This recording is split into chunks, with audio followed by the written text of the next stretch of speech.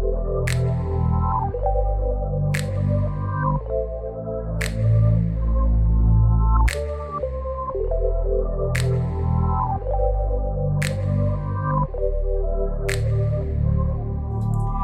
everybody, I'm Jenny and welcome back to my channel. So today I am here in the greenhouse. It is the 26th of August, so I just thought it would be nice to give you a bit of a tour, let you see what the allotment's looking like after I spent quite a few weeks just trying to get some stuff done. I'm also going to give you a quick tour of the small allotment at the park as well. You'd be forgiven for thinking that the weather's really lovely here, but actually it's pretty much rained solidly for a week. We've had really high winds, sort of 70, 80 miles an hour. We've had a yellow weather warning for most of the week, and so this week in particular, I've just kind of nipped to the allotment when I could. I had like this really long list of things that I wanted to get done because I was on annual leave and I was like, yeah, it's going to be great and get all these things sorted, you know, get it ready for the winter months coming up. But it just has not worked out that way, which I guess is just what happens, isn't it? I think one of the things that I've really learned over this last year is just that it takes time. You know, I can be quite impatient about stuff. I think I'm one of those people, you know, you get an idea and I just want to run with it straight away. Like the next 3 minutes, I just want to get it done. But gardening just doesn't look like that. Particularly, I think if you have an allotment like mine, which has needed some work doing to it for you to actually get things going, it just takes time and there are setbacks along the way. I will show you what's happened to my bean teepee. It got blown down in the wind. I will put it back up, but you know, it's just one of those things, isn't it? It takes time, and if nothing else, I think this journey is generally teaching me that I just need to be more patient. I just need to take my time and recognize that, you know, there's a season to all things. So let's go and have a look at the garden. So this is the first bed that I planted. As you can see, it's become a bit of a a little bit of a state. So there are some French beans right at the front, which you probably can see, but you can see that they've got massively tangled in the squash. The squash was up on a piece of fencing, which has also fallen down. And also one of my squash plants has grown, in fact, possibly two of them, in fact, have grown in the opposite direction to the way that I wanted them to go, which it's my own fault really, because I did think about this right at the beginning. Supposedly they grow in the direction opposite to their first true leaf, and I'd meant to pop like a little cut in it so that I would know where it was, but as you see, that hasn't happened. And over here, the bean teepee has fallen over, so it's actually on another bed as well at the moment. Not looking great, so I'm gonna try and put that back together.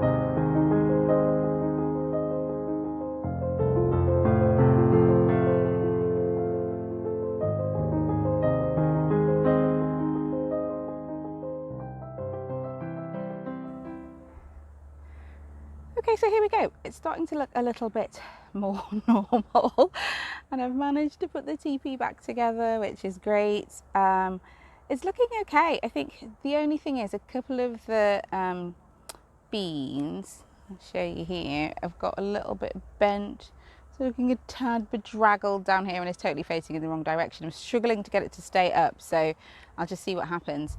My squash are doing pretty well. So you can see in there I've got quite a few flowers, and I've also got some little fruit startings down here, so that's pretty good. Hopefully that's been pollinated. I haven't hand pollinated any of them, but I am actually really happy with how this is looking. The one thing I'll definitely do differently next year is, if I'm thinking about doing two of the three sisters, which is beans, corn and squash, I'm not going to pick dwarf French beans because, as you can see, they are just getting swamped. They might be okay because they do actually like a little bit of shade, but I suspect it might be a bit too much for them. So we probably won't get anything off them, although they are starting to flower, but you know, I'll just wait and see how it goes really. And the other thing is I sort of made this makeshift trellis at the back out of some of that pliable fencing and some road spikes that you use to put up like fencing for roadworks. Actually, yeah, that's what they're for. Just because that was all I had. But next year, I think if I can figure out which way the squash is actually going to grow, then I might try putting an arbor trellis between, like, over two beds. So from the edge of one bed to the edge of the other, to sort of, one, provide some shade, but also so that it gives me more growing space, because this is just like, it's just stretching out in every possible direction. I'm really pleased with this bed of greens. It's doing really, really well. I've got a couple of little chard here. I'm not sure whether they'll manage outside over winter without any covering, but they get a bit tall to be underneath like a hooped cloche over winter, and this bed will get cleared, possibly with the exception of those in the kale. So I'll take the hoops off at that point and we'll just see how it goes. This is the broccoli Rabe that I sowed, I think 6 weeks ago, and it is just starting to flower, if you can see that there. So you pick the flowers when they're really young, like you would do with a normal broccoli. I mean, I'm amazed at how well they've come on, to be honest. They're so quick, so I'm really glad that I've put them in. I'm pretty sure that if you pick them and cut them down but leave some leaves, they should re-sprout, but we will see. They are, however, shading out the wok brock, which is in here, which, I mean, it's doing okay. It's losing light really to the other things in the bed because I've, as usual, planted things too closely. And I've got some green curly kale, which is doing fine. It's been really battered by the wind though, so it's a little bit rocky on the bottom, but I'm hoping it'll survive and be okay. We've already started picking from it, to be honest. It's lovely, really lush, gorgeous green. So I do really love it. I think, as usual, yeah, same thing, planting stuff slightly too close, because I forget, of course, that once you put them in, they get really big, don't they? So they do actually need slightly more space. But I am really pleased with how it's getting on.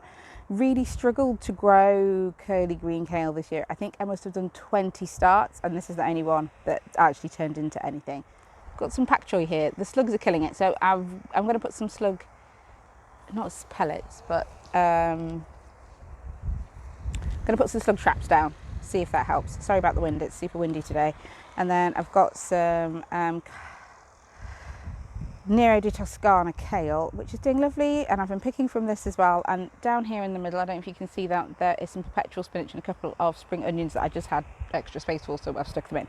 So yeah, I'm really happy with this. Yeah, it's doing okay, and I have started on the rest of the plot, so I'll give you a quick tour and show you what it looks like.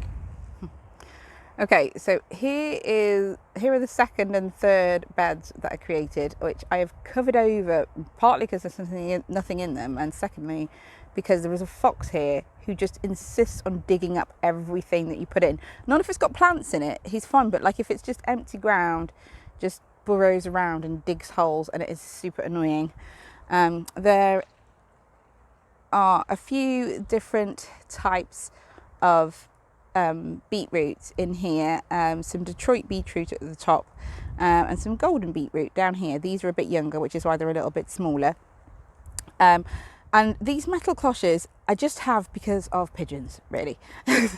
Wood pigeons really like beetroot tops, and so these little metal cloches work really well until the plants are big enough to fend for themselves. They only really like the baby leaves, so once they get big enough, they don't really care and they basically ignore them. So that works really, really well.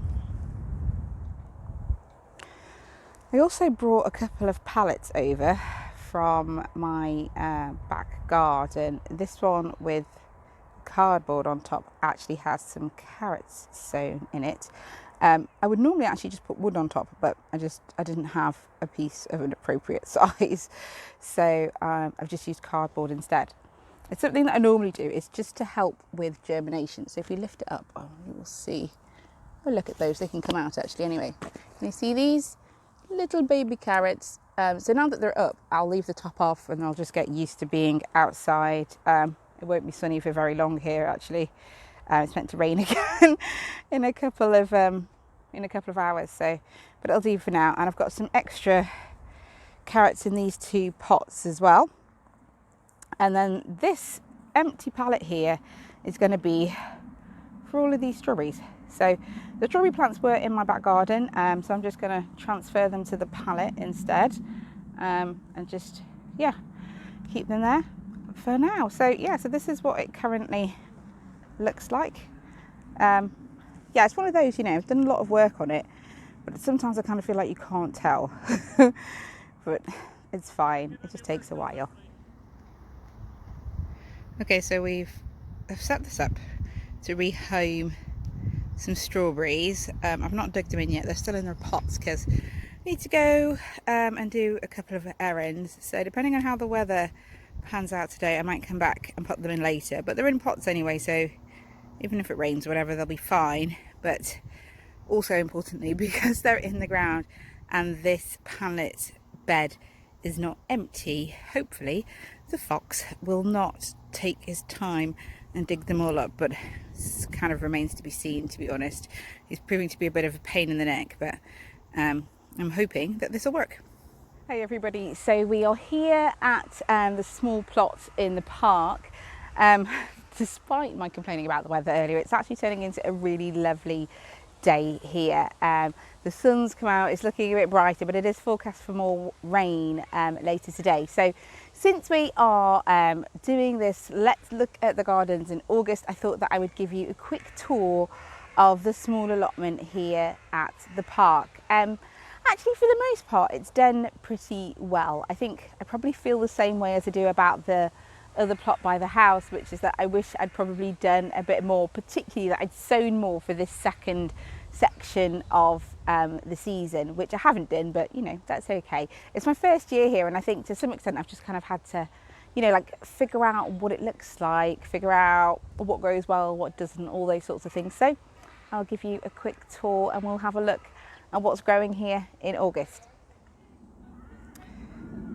So to start with, the rhubarb is looking particularly magnificent. I've been getting rhubarb from this plant, I think, since maybe March. And if we have a look in here, you'll see that the stalks are just huge.